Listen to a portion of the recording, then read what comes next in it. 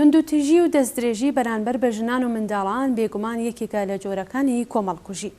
ژنان و منداڵان لە هەموو جێگایەک لە ناو بنەماڵەوە بگرێت تاوەکو شوێنی کارکردن، مەدرسەکان، سەر شەقام، زیندان و شوێنەکانی تر بەرامبەر توندوتیژی و دەستدرێژی جنسی دەبنەوە. دەستدرێژی جنسی لە زومرەی قیزەوەندترین دیاردەکانە کە دەبێتە هۆی پێشێلکردنی مافی مرۆڤ لە هەموو جیهان و بەداخەوە ئەم دیاردەیە دایمەن لە زۆربەی کۆمەڵگاکانی بەشەری بوونی بووە و تا بە ئەمڕۆکە نەک ڕووی لە کەمکردن نەکردووە بەڵکو ڕووی لە هەڵاچوون و زیادبوونیشە. دەستدرێژی جنسی پیلان بۆ داڕێژرا و سیستماتیک لەلایەن پیاوان بە پشتیوانی وڵاتانی دیکتاتۆر ژنان لە هەموو تەمەنەکان ئەکاتە ئامانجی خۆی. دەستدرێژی جنسی تەنها قسە لەسەر سێکس و بە چاوی سێکسی ڕوانین لە بەرامبەرەکە ناکە، بەڵکو باز لەسەر هێز و زوڵم و زۆری ڕێبەرایەتیکردنیشی بەسەر یەکات. بۆ نمونە دەستدرێژی جنسی لە نێو شەڕەکان کە خۆیان خاوەن متۆدێکی تایبەت بە خۆیان و لە زۆر ئامراز و شێوە و تاکتیک کەڵوەرەگرن لە هەموو شەڕەکان تا بە ئەمڕۆی جیهان ژنان و منداڵان سەرەکی ترین قوربانیانی دەستدرێژیەکان بوون. کاتێک کە شتێک سەبارەت بە شەڕەکان ئەنووسرێت بەداخەوە تەنها کوژرا و بریندار و خەسارەتە مادیەکان زق ئەکرێتەوە.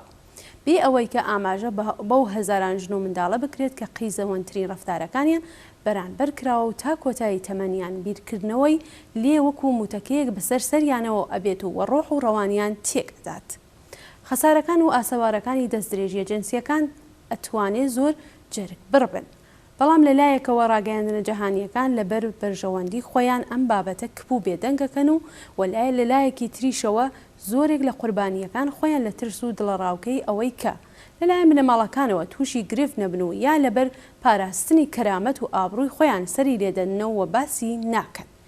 مێژوو دەرسمان پێ ئەدات و ئەومان پێ دەڵێت کە ڕیشەی تەواوی دەستدرێژی و توندوتیژیەکان بەرامبەر بە ژنان و منداڵان بێچکە لە بیری پیاومەزنی زاڵ بەسەر کۆمەلگا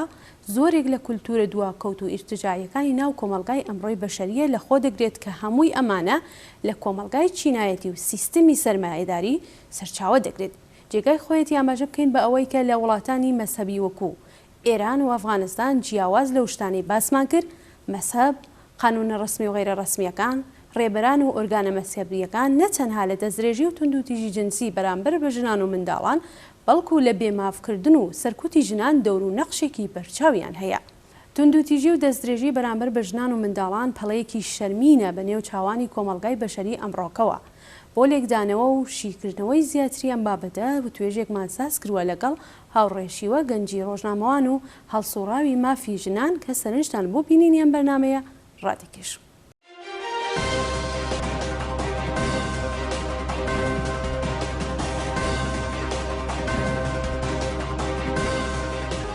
هاوڕێشی واسڵاو و ڕێز بۆ جنابتان و سپاس بۆ ئەوەی کە داوەتی ئەم هەفتەی بەرنامەی ئاسۆی بەرابەریتان قبول کردووە. سلام عرضەکەم وەختان بەخێر، مەمنون لە داوەتتان، من هامە خەمەتتانە. بەڵێ هاوڕێشی وە ئەوڵ پرسیارم ئاوا دەست پێکەم لە ڕوانگەی ئێوەوە دەستدرێژی جنسی بە چی دەوترێت؟ ئەوڵ تۆزیحە بوو چ بگەرەکمە بەم کە ئەسڵەن کەلیمەی تەجاوز جنسی لە چ شتێکۆ بە وجود هاتکە. تەجاوز جنسی کەلەمەی تەجاوز جنسی لە کەلەمەی لاتین بەناو ڕێپر بە وجود هاتکە کە لە ئەسڵا معنیەکەی ئەوێدا ئەوە بە معنی دزی یا زەبتکردن یا شتێ بە زۆر سندن. معنیە کەلەمەی ئەسڵی تەجاوز جنسیە. تەجاوز جنسی لە کۆلا بە معنی ئەوەسە کە بە زۆر گەرەکۆ بێتەک فەردێکا نزیکیکەی تەجاوزی پێکەی فەرقی ناکە ئەم فەردە مناڵ بێ، گۆرا بێ، خانم بێ یا هەروەها ئاغا بێدا، چۆن ئێمە تەجاوز جنسی بە ئاغایش مانەست بەداخەوە. و ئەوەی کە ئەم تەجاوز جنسی ئەمکانی هەست لە چەند سوورەت بێ، بە سوورەتە واژەنی بێ یا مەقعدی بێ یا بە سوورەتە دەهانی بێدا. ئەمانە گشتی باعث ئەوێت کە تەجاوز جنسی شکل بگرێ و هەروەها ممکنە بە ئالەت جنسی تەرەف بێت یا ئەوەی کە بە ئەنگوس بێ یا بە شێعێ بێدا کە بازم ئەمانیشە خۆی وارد مەرحەلەیەک ترەوێ کە باعث ئەوێدا تەبەقە بەندی بێ و حتا لە مۆرد کەسێکیش کە متجاوزە باعث ئیجاد ئەم تەجاوز ئەوێدا ئەویش شامل ممکنە لە تەرەف ئاشنا بێت، ممکنە لە تەجاوزێ بێت دەستە جەمعی، ممکنە تەجاوزێ شوو بە ژن بێدا و ممکنە تەجاوزێ زەوجێن مەحارم یا سوءاستفادەی جنسی لە مناڵگەل بێ کە ئایسە بەداخەوە لە ئێران ئەم تشتە فرە بڵبووگە بۆ فرە هەسمان تەجاوز بە کودەکانە کارە و هەروەها تەجاوز لە زیندان لە جەنگ و تەجاوزێکە لە لەحاظە قانونی و کامەڵەن محتوم یەکاوە هەرچێ شتە لە بێنەوە ئەمە توانم بێژم مەساڵێکە کۆلی بۆ تەجاوز. بەڵێ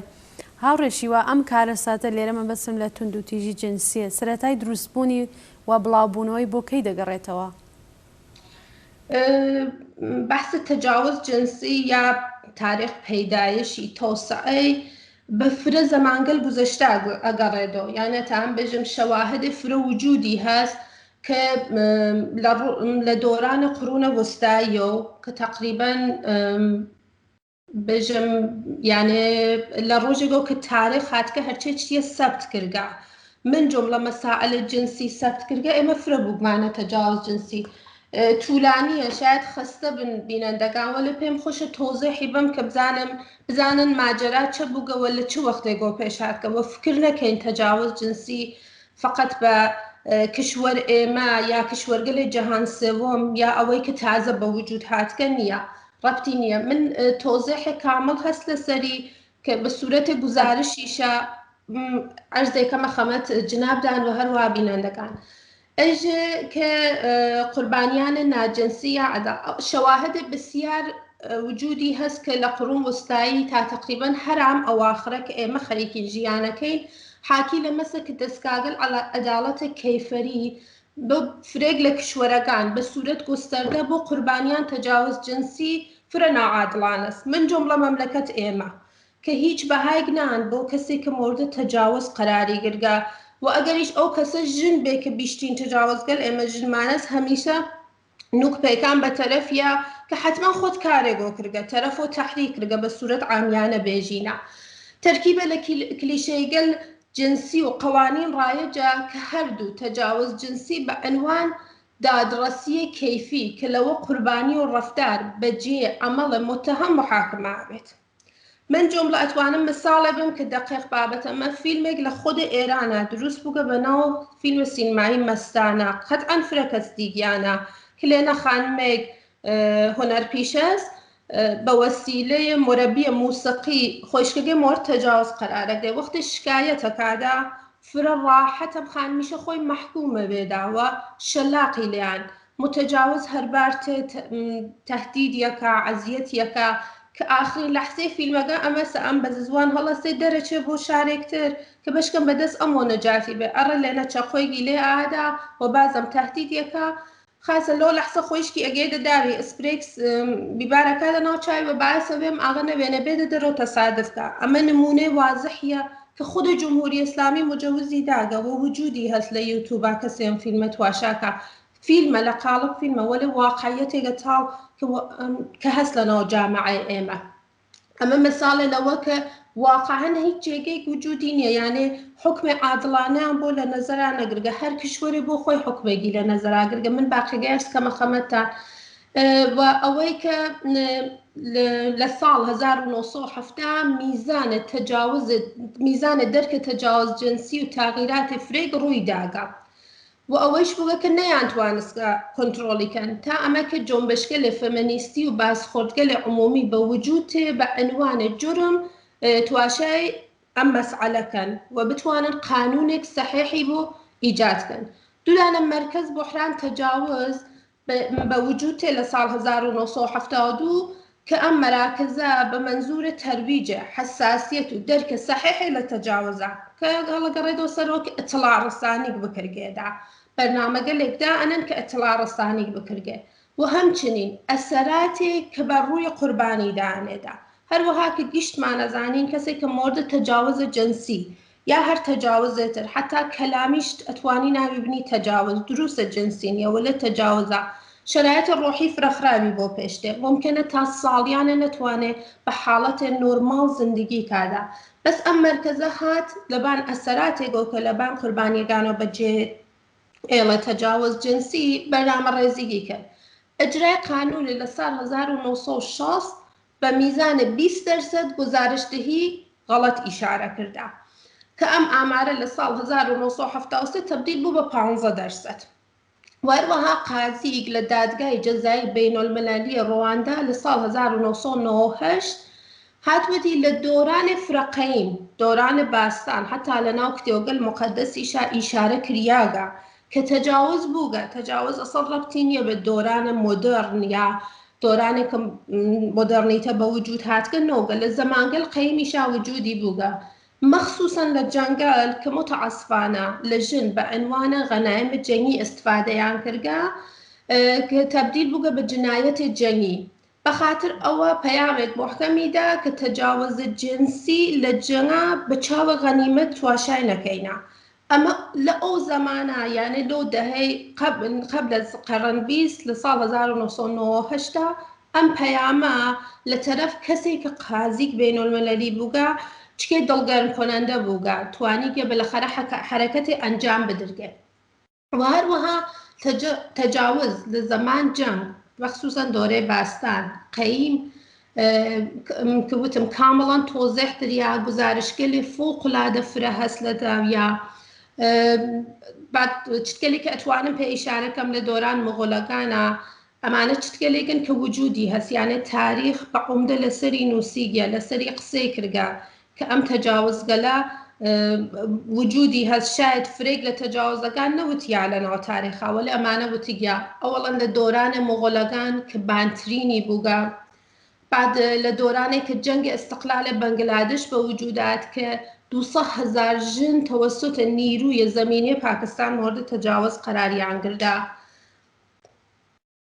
وهروها بنظر يونيسف تجاوز لمناطق الدرجيرة مناقشة للسودان جمهورية ديمقراطية كونغو شائعة وتخمين درياغا كبيش از 200,000 جن كإيم روجة لجمهورية ديمقراطية كونغو آخری كن زندگی كن درگيري لم درگيري قال أواخرة كبيشات كمور تجاوز قرار گرياغن و 6% لجنجوغان آلودن با HIV مثبت كأما واقعا درصد فربانه 60% ولی خب تایسه هیچ توجهی پی نکریاگه یعنی عادی خریکن زندگی خوانه کن تاوی که لسال 1998 هر دادگاه کیفری بین المللیه که مربوط به رواندا بو وتی که لجریان کشتار دست جمعی لم کشوره تجاوز سازمان یافتێک پیا بووگە یعنی بە بەرنامەی قبلی و ئەمە ئەنجام بووگە و ئەم دادگا دەریافتی کرد کە هەرم تەجاوزە باعث بووگە گروهێ لە قۆمگەل لە تووتسیا لە کشوەرێگا کە ئەیتوانست کۆستەرش پەیاکادا متاسفانە ئەم سریە کامڵەن نابود بووگەن و لە بین چووگەن ئەمە ئەتوانم بێژم تاریخچەیگە لە تەجاوز وەلی ئەگەر بگەڕیدەوە بۆ تاریخ ساعەتا ئەتوانی لەسەری قسەکەی وەلی خۆب ئێمە بەخاتر کۆتایی بەرنامەگە و حەز ناکەم بیشتری هەڵگەڕێدەوە بە تاریخچەی من تا ئەم حەدمە تۆزیح تاکە و یەک چتریش کە هەست بەعنوان ئاخرین قسەگەرەکمە بێژم سازمانی ئەفو بینالمەلەل ئەعلامی کردگە کە بەرداشتی ڕایەجی کە لە تەجاوز و شکنجە لە بەخشە زاتیە اجتناب ناپذیر جنگ وجودی است واقعا چالش برانگیزه چون فريقي اعلامیان نکرگه و محدود هات قدرو که چه اتفاق گله کفکه اما کل ام تاریخ چسه البته بعض عرض کما که بیشتر لمیشه اتوانی توضیحی بی یعنی دست اونه بعضا قريد و تاریخ کامل بخوانی و بزانی چه بچه بوگه چه جنایت گله لمورد تجاوز و رخی داده بەڵێ هاوڕێشی وە من لە قسەکان ئێوە تێگەشتم کە لەو کشوەرانەی کە جەنگ زەدەن بۆ نمونە ئەفغانستان لیبی سووریا ئەوانە زۆرترین قوربانیانی تەجاوزی لێ وجودی هەیە ئایا ئەمە واقعیە؟ ئەمە واقعیەتێک هەست من ئەمە ڕەدۆ ناکەم هەست وەلێ خۆب ئەگەر بیت بە ڕووی ئامار نیشانی بێ ئێمە 10 کشوەرە جەهانمان هەست کە متاسفانە بانترین ئاماڵ تەجاوزی هەست وەلی خۆب هەمیشە بووگە لە جەنگا تەجاوز وجودی بووگە قەتعا نەتوانی ئەمانیشە بێژی من جملە تەجاوزە جنسی کە ساڵگەلێ فرێ لێ نەگوزەریاگە لە شەنگالا پێشهات لە سەنجارا پێشات کە ژنەکانیان بە بەردەداری برداعش و چ جنایەتگەلێکیان کرد فرێکیان توانی دەرچن و ئەفشاگەریان کردا هەست هەمیشە لە جەنگا بووگە کە بە چاو غەنیمەتە جەنگیک تواشای ژنیان کردگە بەداخەوە بەڵێ زۆر سپاس هاوڕێشی وە هۆکار و ئەنگیزەی دەستدرێژی جنسی کامانن هیچ نظریه منفیک نییە بۆ ئەمە واقعیەتە وەسە کە بە تۆرە قەتعی بێژێ بە تەرەف بێژێ ئەمە ئەنگیزەی ئەوە بوو ئەنگیزێ مەسەڵ منێ بەعنوان یەکدانە پیا بێژم ئەنگیزەم فقط لەذەتبردن بووگە نا ئەمە واقعیەت نییە واقعیەت ئەوەسە هیچ نظریەیەکی وجودی نییە یانێ ممکنە هەرکە بەدی دێگۆ هاتوێ کار تەجاوزی ئەنجام دانێگەوێنی من جملا لە ئێرانە پێش هات کە ئاغای بەناوە خوفاش شەپای تێهران شایە جنەفتێدان من فرم مناڵ بووم ئەم جنەفتە وەختی ڕەوانشناسی کردیا کە بۆچە تەجاوز دەکرد بە ژنەکان وە بە شۆن ئەوە کوتەکیان و ئەداوە ئەیانۆ کوش هەڵگەڕیاوە وتی دایک من بە مناڵی ئەچووتە پیاگە لێترا ئەرتباتی ئەگرت بە خاطر ئەوە من قسە نەکەمەوە بۆ دیگەران و هەروەها من ئەو لەحسن نەوەم کوتەک فرم یەدا و ئەیکردە دەرۆ لە ماڵ و من هەمیشە ئەمت ئەمزانی دایکم چاکان لە پشتۆ دەرگای بەستا بۆ دلیلە من هەمیشە ئەمت وەختێک گۆرابم ئەگەر ڕۆژێ ژنم بێت گەرەکم بێتێکا ڕابطەی جنسی بەرقەرارکەم وەختێ فامیم زانیم کە ڕابطەی جنسیتە چاکن حتمما کوتێکی ئام و ئەمە لە ناو زەهن ئەو مناڵە گۆرا بوو و پەروەرشی پیا کرد و ڕۆژگارێ ڕانندەی تاکسی بوو تاواجێگە بزانم هەر ژنێک تەجاوزی ئەکرد پێ کوتێکی ئەداوە دوایەوە ئەی کوشت قەتعەن مەسائلێک فرە وجودی هەست کە ئەوە بێژی کەسێ ئەنگیزەی چەست بۆ تەجاوزکردن وەلێ چەندانە عامڵ ئەسڵی وجودی هەست کە بەرجەستەتر لە باقی عامڵەکانە کە بەعەسەوێ متجاوز بگەی بۆ مەرحەلە کە تەجاوز کا بە دیگەران و لە بازی مەواردیش قەتڵ وجودی هەست یەکێ ئەوەسە کە خەشمی عەجیب ها وجودیە کە مەیلی ڕۆژ بە ڕۆژ مەیلە بۆ خەشمە قودرەت ئەگرێدا و ئەحساسەکە هەرچ خەشمی بیشتر بێت شاید بتوانێت مەسەڵەن زەهرە چاو فرەتر بگرێدا دانێکی ئەوەسە کە حەز بە دیگەر ئازاریەکە حەزەکە مردم ئازار باوە لەزەت ئەوە دانێکی ئەرزای جنسی خۆیان خب هەسمانێ مە لە فرەتر لە مەسائل ڕەوانشناسی تەرەف هەرچین ڕابطەی جنسی فرەتر بێدا چۆن بێژم وەکو نەخۆشی نێگا حەزەکە متعدد ئەوەشە نییە حەستاتێک یەک نەفەراوێ مەسەڵەن هاوژین خۆیان بێ یا پارتنەر خۆی بێ حەزەکە تەنەڤۆ بێ و یەکێکیشی فشارە تەکامڵێکە وجودی هەست بە نەزەر من ڕەوانشناسی من بە عنوان کەسێک کە خەریکم کارەکەم لە حیتەی ژنان و طبق نەزەریەی خۆم و ئیطلاعاتێکە هەستم ئەم پەنجدانە بانترینە خب ئەگەر شاید خانمی ڕەوانشناس یاغی ڕەوانشناس باتێ نەزەرێتری باتێ ئەوە ئەمە نەزەر منە کە ئەلەت و ئەنگیزەی تەجاوزم چەندانەسە بەڵێ هاوڕشی وە بەڕای ئێوە کام گروپی ئیجتماعی زیاتر لە هەمووان مەترسی دەستدرێژیکردنیان لەسرە کارەگەر جنسی بەداخەوە کارەگەر جنسی بانترین کەسکلێکن کە مورد خشونەت قەرارەگرن لە جامعەی کە وجودی هەست حتا لە جامعەی گەلە پیشرەفتە وەکو ئوروپا یا وەک ئامریکا لە جێگەگەلێکە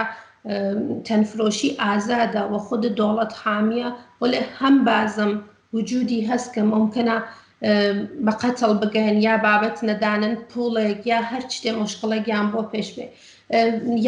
من یاداوەریکیش بچکەم کە کارەگەر جنسی کیە ممکنە خۆ شاید دەبینەندەکان کەسێ نەزانێ کەسێکە لە سەنعەتە سێکس یا تجارەتە سێکس تەشکیل بووگا بە هەر گونە کەسب و کارێ ئیسا ممکنە مستەقیم یان نامستەقیم بێ یا ڕەوابەتە جنسی یا سێکس ارتباتی بێ یان نەی بێ ئەوە بەستی گەز بەخۆی وەلێ کەسکەلێک کە تانفرۆشیەکان کار پۆرنۆگرافیەکان مەجەلەگەل سێکسی و فیلمگەل سێکسی و ئەسبابازیگەل جنسی و هەروە کابارەگەلێک کە وجودی هەست وە سێکشاپگەلێک کە وجودی هەست کەسێک کە ارتبات بێتەکەم جۆر جێگەگەلە ئێژن پێیان کارەگەر جنسی و ئایسە لەم زەمانە فرێک لە کشوەرگەل حقوق و کارەگەر جنسیان ئەولەویەت قەرارداگەوە وەکو شغڵێ تواشاکەن من جملە من طبق چتگەلێکی ژنەفتگمە ئێژن لە ئۆتریشا وەکو جێگەگەلێ مەخصوصیانە وەک دانەی کارمەنسق تێنە سەر کار تا عەسر خدمات پزیشکی شامل حالیانەوێ بیمە شامل حالیانەوێ قەتعەن ئەوانە کەمتر خەتەر تەهدیدیانەکە چۆن لیستی وجودی هەست ڕۆژانە یا مانگانە یا ساڵانە بەرنامەیەکیان بۆی هەست ئامارێکیان هەست وەلە جێگەی وەک کشوەر ئێمە یا کشوەرگەلێتر قەتعەن کاریگەر جنسی بانترین خەتەرێ کە وجودی هەست بۆی ئەوەسە کە مۆردە تەجاوزە جنسی قەرار بگرێت تەجاوزە جنسی ئەوەسە کە تۆ بە زۆر تەکتا ڕابتە بەرقەرارکەن تە کەسێگا کە لە قەباڵتەن و بەدەنی کە ئەیفرۆشێ پوڵێک ئەگرێدا فەرقەکە ئەمە نەزەر منە هەر شتێک کە زۆری تیابێ ئەمە تەجاوز جنسیە متعاسفانە سنینە 16 تا 19 ساڵگی بانترین ئاماری نیشانداگە کە مورد تعرض جنسی قەرارەگەن و هەروەها دانیشتووگەلێ 18 تا 24 ساڵە 3 بەرابەرە کە لە معرض تەجاوز جنسی قەرارەگەن و ئەفراد تراجنسیەتی و معلولین 2 بەرابەرن کە بانترینە قوربانیە تەجاوزیانە لە ئیالەتە متحدەی ئامریکا کە وتیگانە 70% تەجاوز قەرارەگرێ وەلێ من هیچ ئامارێکم نییە ئایا سەحەتیە یا سەحەتی نییە ئەمە کەسکەلێکن کە بیشتری ناس وەلە کاریگەر جنسی بەداخەوە لە گشتی بانتر بەڵێ هاوڕەشیوە دەستدرێژی جنسی زیاتر لە چه شوێن و جێگایەک ڕوئەدات؟ خب دەستدرێژی جنسی لە ئێرانە کە ئەسڵ جێوەمەکانی خاصی نییە ممکنە لە ناو خیابانە بڕیدە ڕێگا کە فرەمان دیگە خۆمان بارها دەستدرێژی کریاگە پێمان لە مترۆە لە ئۆتۆبوسە لە خیابانە بارهامانە دەستماڵی کریاگەن شتێکە عادی یانێ ئەوە نییە کە حتمما تۆ مەحەلێ لازم بێ مەکانێ لازم بێ کە بتوانی رابطەیەک جنسی بەرقەرار بێ ئەمە نییە و هەروەها لە مەحەل کارە مەخسووسە نام ساڵیانگەل ئەخیرە فرە ژنەفتکمانە فرە گزارشگەل هاتکە دەرۆ کە لە مەحەل کارە و لە وەختی گیش بە تەرەفێژێژی بۆچە کارەکە دوێڵ ناکەی لە لەحازێک و ئەتوانی حەقی پێ بێژە بەم شەرایەتە اقتصادی بە بەدبەختی کارێکم پیا کردگە قەرار بێم کاریشە لە دەست بم بە چه ژیانەکەم بگزەرنە ئەمە جێگەگەلێکە کە پێشاتکە وە شتێکتر هەست کە من حەزەکەم فلاشبەگێکی لێبم بازیگەرگەل ژن ئێران لە ساڵگەلێ پێش بە ڕەواجە تعارض جنسی فرە ئیشارەیان کردا کە لە دنیای سەنعەتە فیلمسازی ئێمە بەداخەوە وجودی هەست کە ئەوەڵین کەسێک کە هات ئەم قسەیە لەمفافە وت خانمە سەبا کەماڵی بوو بازیگەرێ بوو کە لە سەنعەت فیلما بازیە کرد و وتی کە هەر نەی کە ئێژم ساڵانە من فرە لە دنیای بازیگەری و هەروەها لە فعالیەتم ئەخادە دواوە کە ئەمە معنی فرێگی هەست یانێ ئەگەر خانمێ قەرارە پیشنەهاد کارێکی پێبەن لە کنار پیشنەهاد کارەکەی و پیشنەهادێ تریشی پێ ئانا و ئەمە فاجعەیگە کە سەنعەتی هۆنەر کە ڕۆژانە سەنعەتی فیلمسازی کە ڕۆژانە مردم ئێمە ئیستفاداکەن بە جۆرێ ئامۆزشە بۆ مناڵگەل ئایندەمان بۆ نەسڵ ئایندەمان ئەم جنایەتگەلە لە ناویا پێش تێدا و هەروەها چتگەلێک کە من حەزەکەم بێژم بە سوورەت ئامیانە ئەوەی کە خانمەکان فرە مراقبن لە سواربوون لە ماشینەکان ئەم ساڵگەل ئەخیرە فرە ژنەفتگمانە کە ئەسنەف من کامڵە نازانم فکرەکەم ماشینێتر چەبی بە ئەسنەف وجودی هەست بۆ سرویسدەهی مردم بە ناو تەپسی کە فرە ژنەفتگمانە متعەسفانە ژنەکان مۆرد تەجاوز قەراریان گرگەوە تەوەسوت ڕانەندەگان و ڕاحەت لە جێگەگەلێ پەرت وێڵیان کردگا چەندین مورد بوو کە هات نەمانە ئەفشاگەریان کرد بەس فکر نەکە ئین چۆن ماشینە تەلەفۆنی یا تاکسی تەلەفۆنی ئەگرینە بە ئەمنیەتێک کامڵ سواری بین فرێشە هەواسمان جەمبێدا و ئەوەی کە ئەگەر لەو مەسائلە قەرارمانگەل لەو موقعیەت تەجاوزە قەرارمانگەل چۆن ڕەفتارکەین ئەمە فرە مهمە یەکێک لە چتکەلێتر کە وجودی هەست بۆ ئەوەی کە بووگە منتەقەیەک یا جێگەیەک بۆ تەجاوزکردن سینماگانە کە خانمێ لێتە کوڕە ڕەفیقەکەیە ئەچێ بۆ سینما ئەوەڵین بان لە دەستدرێژی سادۆ شڕۆوێ لە لەم سێگۆ شڕۆوێ وەلێ بە مرور زەمان فرە کەسگەل هەن کەوکە نیشکە ئەترسن کە تۆگەر تەن نای بە خاستەکان من ئێژم بە برا دێژم بە باوکەوە مەساالێ پێش تێرم مردم ژنگل ئێمە بەتایبەت لە کۆمەلگای ئێمە هێشتا ئەوە کامڵ ئاگاهیان نیە من نایژم ئاگاهیان نیە هەسیان وەلە فرە کەسگەلی شەشتا ترسێک حالە وجودیە ئەترسێک کە ممکنە ئابڕووی بچێ بانترین شتێکیش کە هەمیشە وجودی هەست لە چه قوربانی چه کەسێک کە لەو پرۆسە قەرارەگرێ ئابڕوو سێژە ئابڕوو نەچێ لە تەرەف جامعە و خانەوادە تەر نەوەما وەها بیشتر تەجاوزگەلێکیش کە وجودیە تەجاوزگەل دەستە جەمعیمان بارها خۆمان ژنەفکە کە خانمێک تە کوڕە ڕەفیقەکەی هەڵە سێر چێدە ماڵ و ئەوێنێ چەندانە لە کوڕ ڕەفیقەکانی هەست و بێت تەجاوزەکەن ئەمە جز تەجاوزگەل جنسی بە حساواتێدا و هەرمەهان مەکانگەل فەرهەنگی كچەند ساڵ قبل ئێمە بوومان لە مەکانێ فەرهەنگی کە لەژێر نەزەرە بیتە ڕەحبەریە بۆ ئاغای سەعید تووسی تەجاوزی کرد بە مناڵەکان بەس فکر نەکەین چۆن مەکانێ فەرهەنگیە هەرچێشتە واقعان فەرهەنگیە ڕێدەبەرەوە لە باشکاگەل وەرزشی بیشتر بۆ ئاغەکان چۆن محیط ژنانە شرایط فەرقەکاوەلێ بۆ ئاغەکانیشی فرە مراقب بن و هەمیشە لە ئەم جۆرە جێگەگەلە سەکەم و تەجاوز قوربانیەکان خۆی شناسایی یەکادا و بەرنامە ڕێزیگی بۆ ئەکادا. وەڵی هاوڕشیوە سپاس ئەسرات و دوهاتەکانی دەستدرێژی جنسی کامانن لەسەر و کەسەی کە تەجاوزی پێکردی ئەسەراتێک ئەمێنێتەوە. بەداخەوە یەکێ لە ئەسەراتی فرە وحشتناک و منفی کە هەمیشە لە ئینسانەکانە بەتایبەت لە خانمەکانە مێنێتەوە بەحسە تەجاوز جنسیە شتێکە کە هیچ وەخ حەزم ناوێ و بازم من ئالێرە یاداوەریەکەم تەجاوز جنسی ئەوە نییە کە دخولێ ئەنجام بدرگێت حتا لەمسکردن بەدەنێک حتا وەختی لەژێر بازجووی یابیدا ئەو بازجووە تۆ لەمسکات زیلێ گۆلێ بات نازانم هەر شتێ شەبیه بەمە ئەمیش نوعی تەجاوز جنسیە ئینسان ناتوانێ حزمیکە و هەمیشە بانترین شرایط ڕۆحی و خراوترین شرایط ڕۆحیت پێش تێدا هەر خودی کەلمەی تەجاوز فوقڵادە باری منفیە چ ئەوەی کە بەسەرۆ بێت ئەو اتفاقتە بۆ بکە فێدا کە ئیتر سەدها بەرابەرەوە بێتەوە وەختی قساکەن لە تەجاوز جنسی ئەو بارە منفیە خۆمانیش تەحمڵیەکەن چه بە قوربانیەکە بگەی وەختە دانیشی دەپای دەردە دڵە دانێک ئینسان کە مۆردە تەعەڕز و تەجاوز جنسی قەراری گرگا هەمیشە ئەمە ئێژێ دەردناکترین اتفاق زندگی ئەم مۆردەسە کە پێشات کە ئەم تەجاوزە شاید قبل زەم اتفاقە فرەچتگەلی بەناو دەردناکدانە وەڵێ ئەمە بانترین و دەردناکترینە بەخشێک کە ئەم ئەحساس دەردناکە بە سوورەت حسی لە فەردە جامعەی گرێدا مدام دەرگیریەوێ یانێ ساڵها پێشات کە بنیامێکە تەجاوزی پێکریاگە لەمس کریاگە دەستدرێژی کریاگە حرەکەتێ ئەنجام دریاگە حتا مدەتێ من هافکر ماسریک ئاغەکان بوون لە جێگەگەلێ خەڵۆت کە خانمیان ئەدی شواڵەکانیانە کێشا خوار و ئالەتیان نیشانەدا ئەمە من بۆ ڕەفیقی خۆم پێشات تا ماهان نەیتوانست فەراموشیکە یانێ مدامێ وتێوت ئاوایە کرد لە سوورەتێ بۆ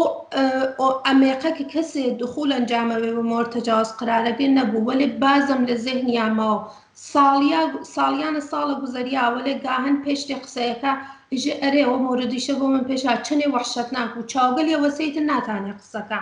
یانێ ئەوە ئەمێقە ئەم فاجعە بەسەر ئینسانەکان و ئەوەی کە ئومیدوارم ناومید نیم وەلێ شاید ئەمە ڕۆیا بێ نازام ڕۆژێ بێ کە هیچ تەجاوزێ لە هیچ کوێنە دنیا وجودی نەوێدا ئومیدوارمەوە ڕۆژە بێدا و ئەوەی کە ئەگەر یەکێ لە عوارزە مهمە کە بلا فاصلە بعد ئەس حادثە بروزەوێت لە کەسگەلێکە مۆرد تەجاوز قرارەگەن PTCS-ە کە بە نەحفێ فلاشبەگێ ئەخوا بە ئەو ئینسانە کە لەو ڕۆژە ئەو اتفاقیە بۆ کەفکە و ئەوەی کە اختلالێگە ئسترسی کە هەمیشە حاکمە بێ بەسەریان و فوق العادە فەجێعە تەنها کارێکە ئەکرگێدا ئەوەسە کە ئێشێ تحت دەرمان قرار بگرێت و هەروەها حتمما جلسات مشاورە بچێت کە بتوانێت دەرسەدێک فرێک لەم شرایط ڕۆحیە لەبین بوادا و ئەوەی کە فعالیتگەل سیستم عەسەبیشی کۆلەن ئەشێوێ مەخسووسن بە ساو بە نور فرە حەساسەوە بێتەوە ئەمە شتێکە کە ڕەوانشناسەکان هەمیشە ئێژن ممکنە خۆمانیش لە نزیکەوە کەسێک مۆرد تەجاوز قەراری گردوێ بارها و توێدی پێمان کە بەرقەکە خاموش کە بێدەنگ بە حەزەکەم دانیشم ئێمە هەمیشە بار منفیەکەی لە نەزەراگین وەلێ ئەمە ناخواستە سیستم عەسەبی ئەمانە باعەسەوێ کە بەم دوو مۆردە عومدە هەمیشە حەساسیەت نیشان بەنە. بەڵێ هاوڕێشیوە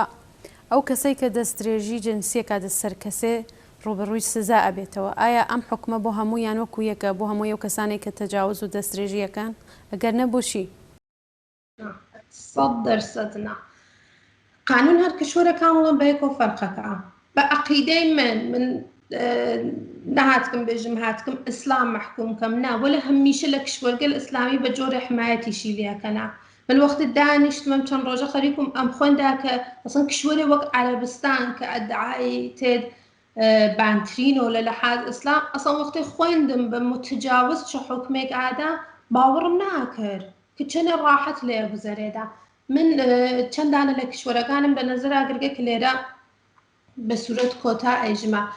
ئەوەڵان لە قانون مجازات ئیسلامی بۆ زەنا یا تەجاوزە بە عنف لە دیتخۆیانەوە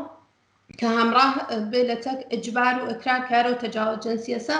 مستاق بارز تەجاوز جنسی کە مجازاتە سەختگیرانەی وەز بووگا کە لە قانونە 224 مجازاتە ئیسلامی بۆ زەنایە بە عنف یا ئیکراه یا از موجبات ئیعدامە متجاوز شەدیدترین نوع مجازاتی لە سیستم قەزایی پیشبینی کردگا کە تایس ئێمە نەمان دیگە لە مۆردێ کەسێک کە متجاوزە حکمێک فرە سەنگین بن. هەرەوە خۆفاشە شەپایە تهران ئاغای بۆ ئەفغانستانی فکرەکەم ئەو ئەعدام کریا چەند ساڵ قبل ولی ئەلئان جەدیدترین متجاوزە جنسی کە وجودی هەست و حتا هاتن ژنەکان لە سەریان قسەیان کردا ئاغای ڕامین ئەمان بوو کە هێشتا هیچ حکمێکی پێ نەدریا ئاغای ئایدین ئاغداشلو بوو کە ئازادانە خەریکە ئەگەڕێ بە چ دەلیلە چۆن نزیک بیت ڕەحبەریە و هیچ وەخت نای لە ئەفراد خۆی استفادە کادا بە خاطر ئەوە نظام خۆی خاص نیشان بە ئاغای سعید تووسی بوو کە ڕاحەت تەبرع کریا و هەر کەسێ شکایەتی کرد لێ ئەو دووچارکێشە بوو. ئەمە لە جمهوری ئیسلامی کە هیچ شتێک وجودی نییە بۆی یانێ فەلەی حکمە حەسکا بەدانێ واقعان حکمە حەسکا بەدانێ حکم نادا بەس تۆ کشوەرەکان بە یەکۆ متەفاوتە لە جێگەیەک وەک ئاڵمان کە کشوەرێکە کامڵەن پیشرەفتەوەها لە ئوروپا لە بەندە 177 قانون کەیفەری ئاڵمان مشخصی کردێت کە تەجاوز جنسی بە گوزەشت زەمان لە فرموڵە ئەسلی لە قانونە مجازات تازە لە ساڵ 1970 هاتن بۆی چتیان لە نەزەراگەر حکمێکیان لە نەزەراگرت کە لە ساڵ 2016 مجدداً تاغیر کریا و نهایەتاً حکمێک واقعاً جواب بوو بێ لە نەزەران نەیگرگا یعنی هەروە لە لەفافە ماکە لە جێگەیەک وەک فەرانسە کە ئەویش کشوەرێکە پیشرەفتە و واقعاً لە دنیای مۆد و فیلمسازیە فرەجێکە بکە و فرێک لە کشوەرەکان دیدە خاسیان هەسبێ مجازات ئازار جنسی 2 ساڵ زیندان و 30,000 یۆرۆ جەریمەی نەقتی یا 3 ساڵ حەبس و 45,000 یۆرۆ جەریمەی نەقتی. ئەمە چه کۆمەکی ئەتوانێت بە متجاوز بکە؟ ئایا کەسێتر ممکنە بێژە خۆ ئەوە جرمەکە سەنگینە منم جرمە مرتەکەبنەوەم نا قەتعەن بۆیان مهم نییە بێژن 2 ساڵ 3 ساڵ یا 4 ساڵ یا 30,000 یا 45,000 یۆرۆ جەریمە بە مشکڵێک نییە. یا جێگەیەک وەکو قانونێکە لە مسرا وجودی هەست 1 ساڵ زیندانە بە کەسێکە مرتەکەب جرم بووگا بەزافێ 5,000 حدە ئەکسەر 10,000 بە واحد پوڵ خۆیان کە ئەکا 1,400 دلار جەریمە. یا جێگەیەک وەک عەرەبستان سعودی کە من خۆم ئیشارەم پێ کرد ئێژێ کەسێکە مرتەکەب ئازار جنسی بووگە حدە ئەکسەر 5 ساڵ زیندانیە و پەرداخت 5 ملیۆن ریال سعودی کە ئەمە ئەسڵ ئینسان سەری سڕەمێنێدا یانێ چه یانێ ئەوە بێ ئەرزشە مەساعلە وەلێ لە کۆلا تۆ کشوەرگەل ئوروپایی بۆ کەسگەلێک کە پەناهەندە و پەناهجوون ئەم قانونە بە سوورەتە مشتەرەک تەسویب کریاگە کە هەر کەسێ تەجاوزە جنسی بکادا ئەوەڵ حکمەکەیەکەشێ و بعد بە کشوەر خۆی دیپۆرتۆوێ کە بە نەزەر من فۆقڵادە قانون خاسێگە کە حداقل پەناهجوو یا پەناهەندەی کە لە کشوەرێت ڕۆڕێدە ناو ئوروپا احترام دانێ و دەسترێژی نەکا بە هیچ شتێک. ئەمە چەندانە لە کشوەرەکان بوو کە بە نەزەرم قانونیان فۆقڵادە خوارد لە نەزەراگرگە مجازات بۆ تەجاوز کشوەرگەلێتر من ئتڵایەکم نییە ولی جێگەیەکیش وەک ئامریکا کە من خۆم خەریکم لێرە زندگی ئەەکەمە موردێک بووگە چرا مۆردگەلێک کە بیشتر لە دنیای فیلمسازی بووگە دادگاگانی ئەدامێ هەست بە خاترم شرایەت کۆرۆنایشە مقدارێکە بکە دواوە وەلێ پێش نەهاتکە کە تایسە من بژنەفەم وەلی خۆب چەندین مۆرد پێش هاتکە کە بۆ من گەڕاندگیانە سۆ باوک بە بکەنیش بووگە کە فیلمەکانیشی دروست بووگە 20 ساڵ 25 ساڵ 30 ساڵ حەبسیانی کردگە مناڵدار بووگن نهایەتەن حکم نەدریاپیان یانە قبل لە زەوە بڕنە دادگا نازانم چ مەسئلەیەک وجودی هەست کە لە ناو زیندانە خودکۆشییان کردگە ئەمە شتگەلێکەکە وجودی هەست. بەڵێ هاوڕەشی وایەوە لە شوێنێکە باستان کرد گەرەکتان نیە ئیسلام بووە نەژێر سوال بەڵام بەڕای ئێوە هەر لە شوێنێکی وەکو ئێران و ئەفغانستان هەر خودی مەسەب کە منداڵێکی 8 ساڵە 9 ساڵە بە زۆر ئەدا بە شوو و ئجبارێکەکە زواجێکی ئجباری ئەو خۆی نمونەیەکی تەجاوز نییە بە باوەڕی ئێوە تەجاوزی جەنسی کە بە زۆرە. 100% من مسئله وتم گەرەکم نییە کە ئیسلام بووەمە ژێر سوال چۆن خارج لە بەرنامەیە مەست وەگەرنە خۆدە ئیسلام گۆراترین جنایەتکەلی لە حەق ژنا کردگا گۆراترین جنایەتکە لێ وەختە ئێژێ بە تۆ ئێژێ شوەگەت هەرچێ ئێژێ بێژی بانچۆ ئەمە تەجاوزیشی تێچێ شاید شوەگە تۆ گەرەکی بێ هەرچێ شەوە تەکتوە ڕابتەی جنسی بێ تۆ گەرە کۆ نەبێ وەلی چۆن ئیسلام وتیگیە باشەیەشی سکوتکەی وام تەجاوزە ساڵیانە ساڵ تەحەمڵکەی تازە بعدیشی ئەگەر بگەی بە ئاگاهی خودئاگاهی بگەیدا ئیجازەی تەلاقۆ نییە من لەو لە حازۆیشم بێژم خودە ئیسلام گۆراترین خەتەر و گۆراترین جنایەتە بۆ بەتایبەت ژن من ئایسە لەسەر پیاقسان بەتایبەت ژن وەلی ئەوەی کە وتم ناوەمە ژێر سوال بە خاترەوەسە کە مۆزوع ئەم بەرنامەیەمە ڕێپ یا تەجاوزە نە ئەوەی ئیسلام وەگەرنە من بە تووە وجود دۆژم یانێ حتا ناژم 90% دەژم 100% خودە ئیسلام گۆراترین جنایەت و خەتەرە بۆژە بەڵێ من پێم خۆشوە هە لێرە ڕوونکردنەوەیمان بێ هاوڕێشیوە بەڕای ئێوە ئایا هەموو راپۆرتەکانی ئازار و ئەزیەتی جنسی بۆ ناوەندەکانی دەوڵەتی ئەچێتەوە ئەگەر نە پێمان بڵێن لەبەر چییە؟ 100% بە خاترەوە هەمیشەی ژن ئەگەر گەرەکۆ بێ ئامارێ لە تەجاوز بگری هەمیشە چاڵش بەرەنگیسترین ئامارە بۆ دلیلە کە فرێک لە قوربانیەکان سکوتەکەن دلیلیشی بابەتەوە فکر نەکەن ئەمە فقط لە ئێران یا کشوەرگەلێکە کە هێشتا ئاگاهی مردمۆنە نەچووگەبان لەم ئەمریکایشا لە ئوروپایشا لە ئوسترالیایشا فرێک لە متەجاوزەکان کەسکەلێک تعرض قرارەکەن سکوت دەکرن تەرس لە بێئابڕووی تەرسەوە کە لە خانەوادە ترد بن لە جامعەت ترد بن لە محیط کار ترد بن یانە گشتی هەڵەگەڕێدەوە بە ترس بە نائاگاهی ئەگەر منێ ژن ئاگاه بم بەسەر بخۆ خۆم ڕۆژێ پێش بێمەوە تعرض جنسی قرار بگرم سکوت ناکەم بۆ مهم نیە ئەگەر شوم خانەوادەم جامعەت تردم کا بالاخەرە تا جێگەیگا مبارزاکەم ئەگەین بۆ حەقوق خۆمە وەلێ هەمیشە ئەم سێ مۆرەدا باعث بگە کە قوربانیگە لە تەجاوز جنسی سکوتکەن و ئامارێ دقیق وجودی نییە ئەمە بە جورعەت ئێژم بەداخەوە هیچ ئامارێ وجودی نییە بەڵێ هاوڕێشی وە سپاس باسیشتان کرد لە جوابی پێشووە دەستدرێژی جنسی و توندوتیژی لە قانونی حکومی کۆماری ئیسلامی بە چێ شێوەیەکە بیننەوە بەداخەوە سەختترین قسمەتە مصاحبە مەسە مەخصوسەن چۆن من لەناو ئەو وڵاتە ژیانم کردەوە ڕۆژانە هەرچەند هەرچێشتە ڕۆژ بە ڕۆژ شەرایەت ئەوەزەوێ وەلێ لە جمهوری ئیسلامی هەرچێشتە بەرعەلێ ژنا وەلێ ئام مۆردە بە خۆڵ کوردیەک خۆماوتەین داخێگە کە خۆش ناوێ لە قانون جمهوری ئیسلامی لە مادەی 224 قانون مجازات ئیسلامی وتیگیا کە مهمترین مجموعەی قوانین کەیفەریە لە 8 مرداد 1370 توسط کۆمسیۆن ئومور قەزاییە مەجلس و هەروەها لە 7 ئازەر 1370 لە تەرەفێ مەجمع تەشخیص مەصلحەتە نظام هاتن بەرنامەیەکیان تەئید کرد کە ئەم مادەیە 224 لە مۆرد تەجاوز هەروەها لە قانونێتر بە ناو 497 مادەی 497 بە هەمڕا قانون مجازات ئیسلامی و هەروەها کە تعزیرات ئەمەیەت کردگە و هەروەها قانون 729 ئەعلامی کردگە کە ئێشێ حکمێک لە نەزەرا بگرن بۆ تەجاوز جنسی یا بە قۆڵە ئیسلامیەکەی خۆیان کێژن تەجاوز جنسی نایبێژێت تەجاوزە بە ئۆنفێشێ بێژیدا لە نەزەرا گیریاگە کە ئەعدام نەبێت و نەهایەتەن 20 ساڵ حکم بدرگێ بە کەسێکە متەجاوزە جنسیە کە من لێرە نایژم ئەعدام بێت وەختێ ئێمە ئەیژین ئێمە وەختێژین نە بە ئەعدام هەر ئەعدامێک وەلێ قەتعاً خۆمان خاسترە زانین بە زاهرێژێ 20 ساڵ حکم وەلێ هەزاران بەرنامە و تەبسەرەیان بۆ تێرن کە ئەو 20 ساڵە ڕۆژ بە ڕۆژ کەم و کەمترێ نەهایەتەن بە 2-3 ساڵ سەرۆتای قەزیە هەم تێرن و کاورا تێدە دەرەوە و کەسێکی دەرمان نەبووگە فقط لە ناو محیتێکا بووگە کە شاید لێنە فرچتگەل بۆی تکرارۆ بووگە ممکنە تەجاوزگەلێک لە ناو زیندانا بۆی کە هەسمان ئازادە بارهاژ نەفتگمانە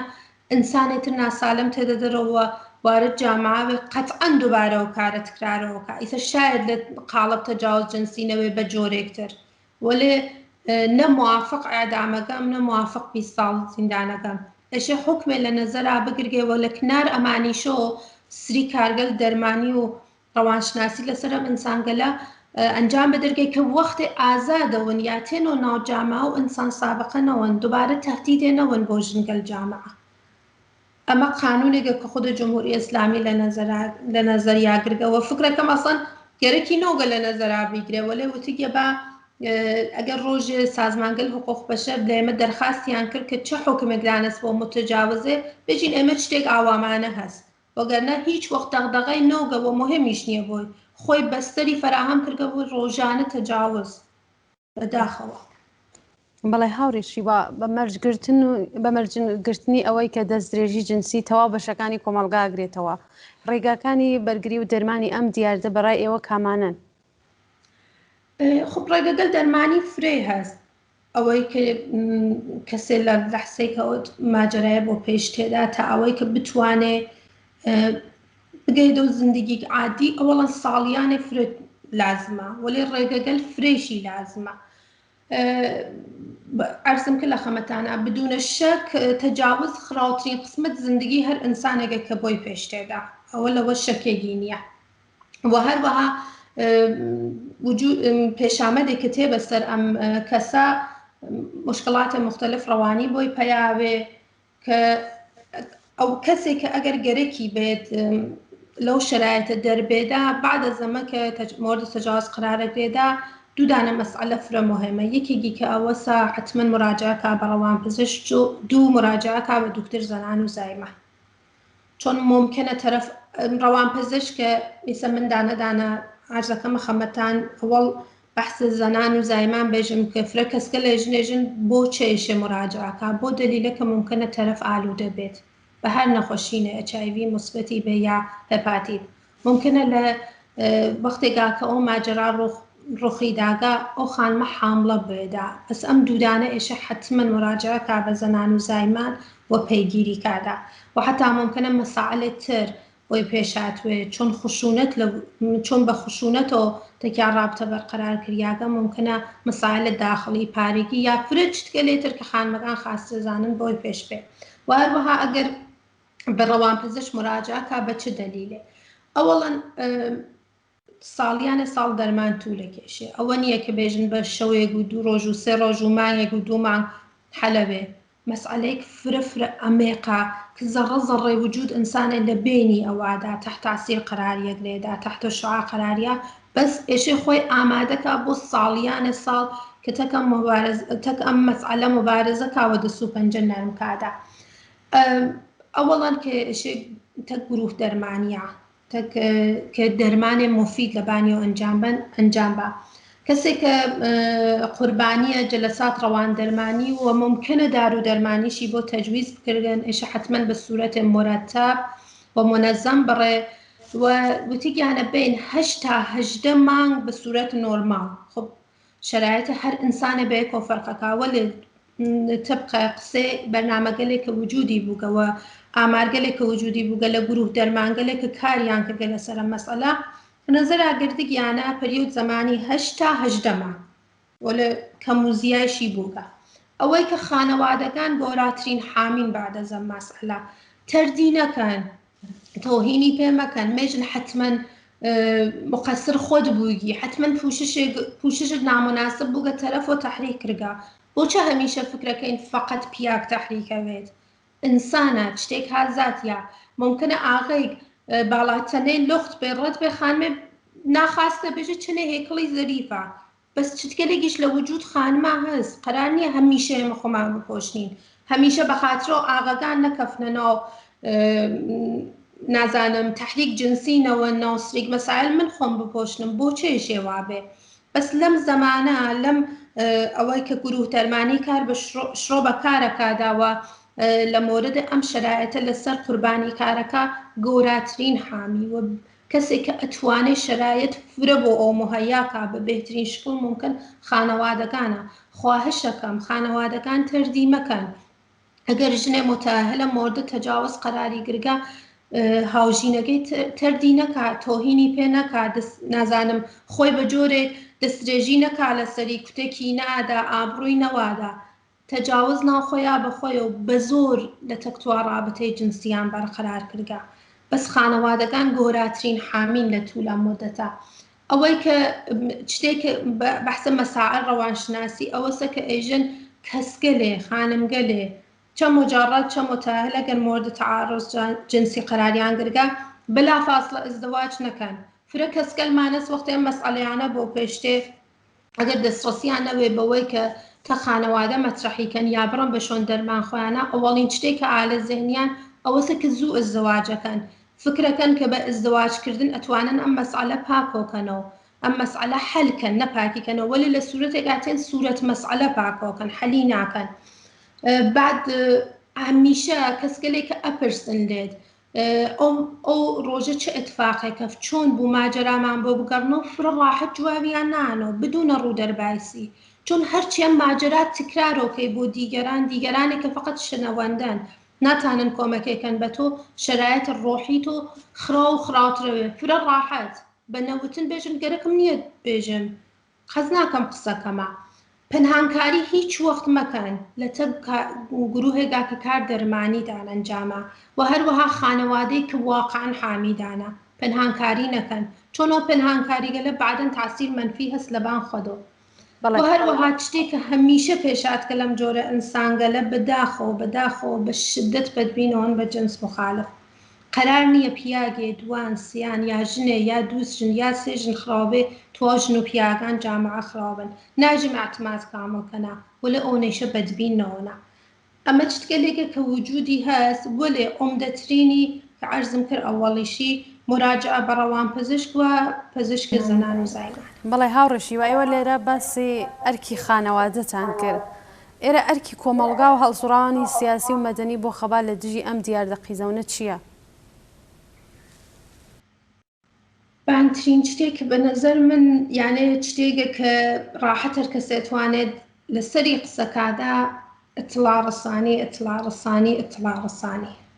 ئەمە بانترینە بە نەزەر من فرە چتگەل هەن وەلێ ئەتڵا ڕەسانی بانترینە من وەختێ خەریکم لەسەر ئەم مصاحبە مطالعەمە کرد ئەموو جاران ئێمە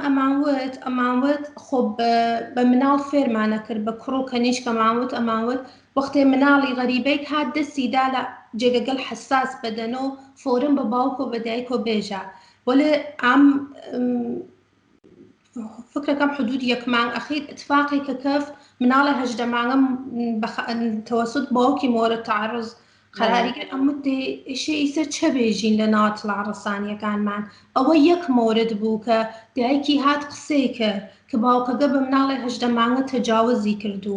فرە مەوارد مانس کە نایژن بەداخەوە سکوتەکەن بە خاطر ئابڕوو پای پیا ئەساون هیچێ نایژن وەلێ بانترین چت ئەتڵا ڕەسانیە ئێمەش ئەتڵا ڕەسانی کە هەر لەو مناڵە دەسنە مناڵی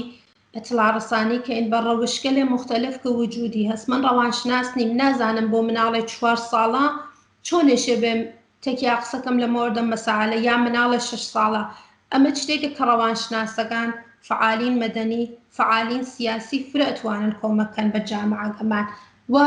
مەسئلەیەک تریش کە وجودی هەست ئەوەسە کە دەست لە سەرزانشکردن قوربانی هەڵگرن کەم تیکەی پیاپەڕن فرێ خانەوادەکان هەن فۆقڵادە حامی ئەو کەسنە کە پیان تەجاوز بووگە وەلێ یەک لەحسە مەسەڵەن لە قسەی دیگەران لە فشار عەسەبی لە حەزینەگەلێک کە متحمل ئەوەن بابەتەوە کە شرایەت ئەو تەرەفە ئەوەسکەن کۆمەکیکەن فشار عەسەبیان بۆ تەمەسەڵ ئێژن عەسەبانیەوە نیسە باوکی دایکی یان کەسێک تێژێ وتم تەنها مەڕۆ دەرەوە وتم ئەم کارە مەکە هەر ئەو وتم گەلا دووبارە ئەو تەرەفە ئەگەڕنێتەوە بە ڕۆژێک کە ئەو ئەتفاقەکە بووە هەر کارێک بۆ کردگە گشتی متعاسفانە بەرفەناچێت سەرزەنش نەکەن نوشدار و بعد از مەرگە سۆهراب دوای سەرزەنشکردن هیچی عەوەز ناوێت کۆمەکیکەن یارمەتی بن و ئەوەی کە تعریف مەردانگی لە سەطحی وەسع لە جامعە ئەتڵا ڕەسانیکەن فکر نەکەن کە چۆن پیاگ نەتوانن هەر کارێکن منیژنیش ئەتوانم هەر کارێکم متعاسفانە جامعەی ئێمە کۆمەڵگای ئێمە بەداخەوە فرم پیاسالارە بین تعریف واقعی و دروست لە سەطحی وەسعا بۆ مردم بکەینە و ئەوەی کە لە مۆردە ڕیشە و فەرهەنگە تەجاوز بروشورگەلێ تەهیەکەین کلیپگەلێ کۆتا تەهیەکەین ئەتڵاع ڕەسانی کەینە ئاموزش ئەگەر بکریای لەناو هەرچەند ئەمە ناو جامعە ئێمە ناو جێگەگەل فەرهەنگیا ئیمکانی نییە یانێ جمهوری ئیسلامی جۆرە بەرنامە ڕێزی کردگا کە ئێمە هەر ڕۆژ مەخصوصا مناڵگەلێکان هانە مەدرسە هەر ڕۆژ ناگاهترۆنە ئەمە ئێشێ قسمەتە لە ئاموزش مەدارس بێ قسمەتە لە ئاموزش تەلەڤیزیۆنمان بێ قسمەتە لە ئاموزش رادیۆمان بێدا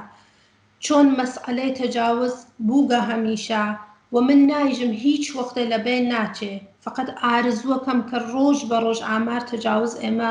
نەتەنها کۆمەلگای ئێمە وڵات ئێمە لە توا و دنیا ڕۆژ بە ڕۆژ کاهش پەیاکە بە ڕۆژێ بێت کە واقعا شاهدین هیچ تەجاوزێک نەبینە مدیرگەل و مدیرگەل لە محیط کاریا ئەتوانن سیاسەتگەلێ دانن بۆ کەسگەلێکە کەسگەلێک کە مورد تەجاوز قرارەگرن ئەسڵەن ئێشە محیتەکە جۆرێ فراهەمکەن کە هیچ تەجاوزێ سوورەت نەگرێت هیچ مەتەڵەکێ سوورەت نەگرێت هیچ دەستدرێژیک سوورەت نەگرێت و هەروەها لە بەرابەر ئازارە جنسی ڕوویکردە تەقاتعی دانینا هیچ وەخت موقعیت اقتصادی و ناتوانی جسمی و قۆمیەت و گرایش جنسی باعث نەبێت کە قوربانی فرەتر لەم مەسائلە پێش بێدا بۆخشش دەمەم یەک مەقدار توولانیە و لە حەزەکەم چتگەلێک فکرەکەم کۆمەکێک بێ یارمەتیک بە بۆ کەسێکە مۆر تەجاوز قرارەگرێدا وجودی بێ من کە ئێژم سای قوربانی بین کۆمەکی کەینا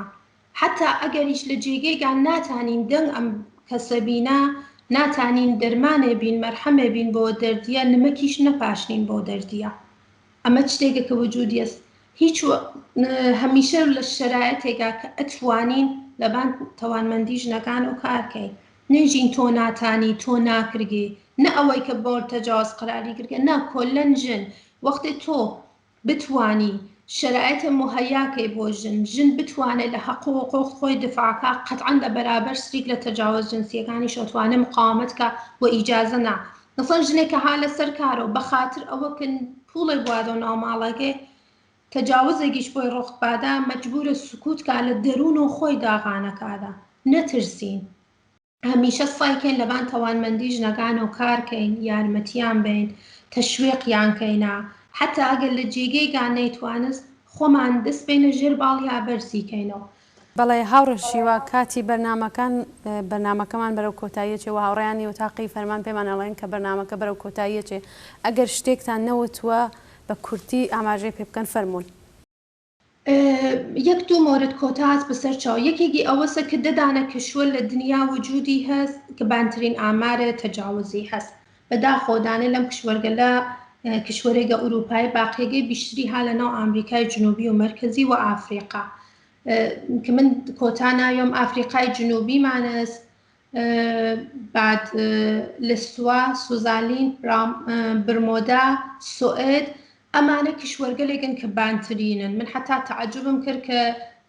جێگەیەک وەک ئامریکا کە ئێژن هەر هەشتێقە دەحێژنێ مۆردێ